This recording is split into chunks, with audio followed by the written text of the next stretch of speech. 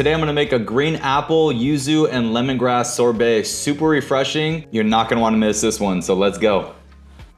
Alright guys, so first thing we need to do is prep our Granny Smith apples.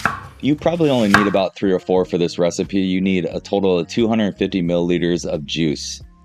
Next, you want to pound out 1 lemongrass and just cut it up into 4 pieces. And then you want to go ahead and juice your apples. Like I said, you want 250 milliliters of juice in total. You can add 1 gram of citric acid to keep your apple juice from oxidizing.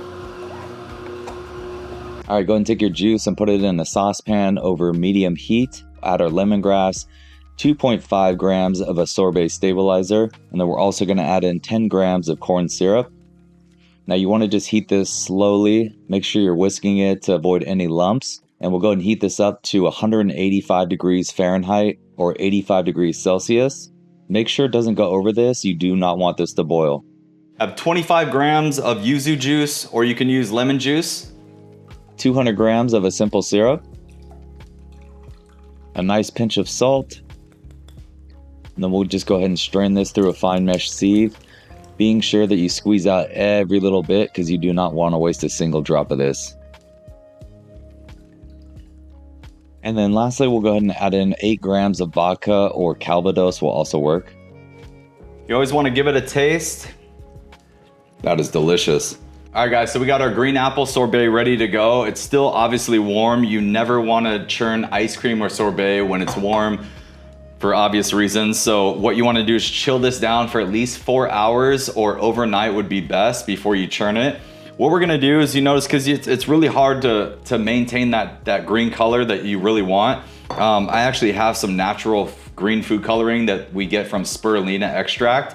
So I'm gonna add a few drops of that while it's churning, just to really bring back that nice vibrant green color. I hate any of the food dyes. I like to get as natural as possible, because if I don't have to put cancer in my body, I don't want to. So definitely invest in some natural food coloring, and green obviously will just bring this back to life. Go ahead and chill this down, and then we'll churn our sorbet.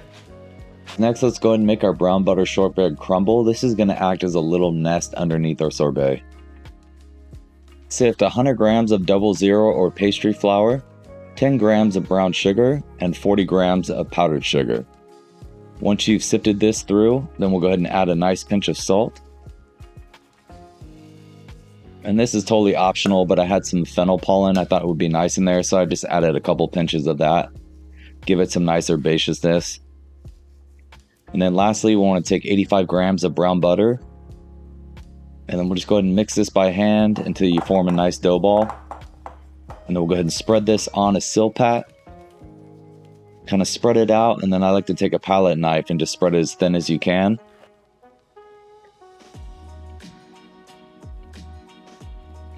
Then we're going to go ahead and bake this at 340 degrees Fahrenheit or 170 degrees Celsius for about 10 minutes. I already ate half this before I got this on video, guys. This stuff is absolutely addicting.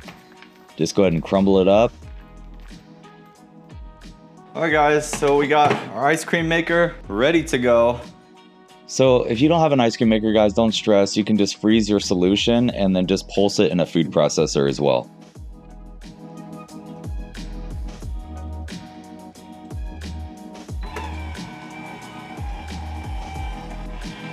And we'll start out with a couple drops of our natural food coloring, just to bring back that nice, beautiful green color.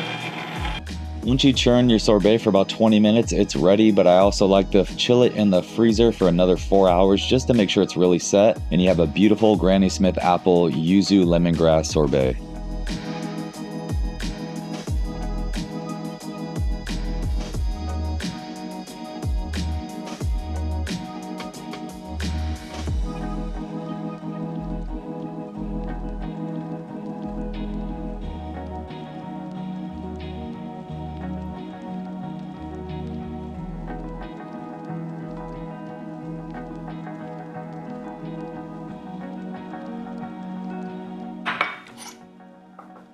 Let's see how we did, guys. Oh, so nice, light, vibrant, delicious, herbaceous. I threw a little basil and mint from my garden on there. That really takes it to the next level. So I highly suggest a few herbs on there and then a little crunch from the cookie. Can't go wrong with that. As always, another banger, another winner. Please don't forget to like, comment, share, subscribe, and I look forward to seeing you again next week.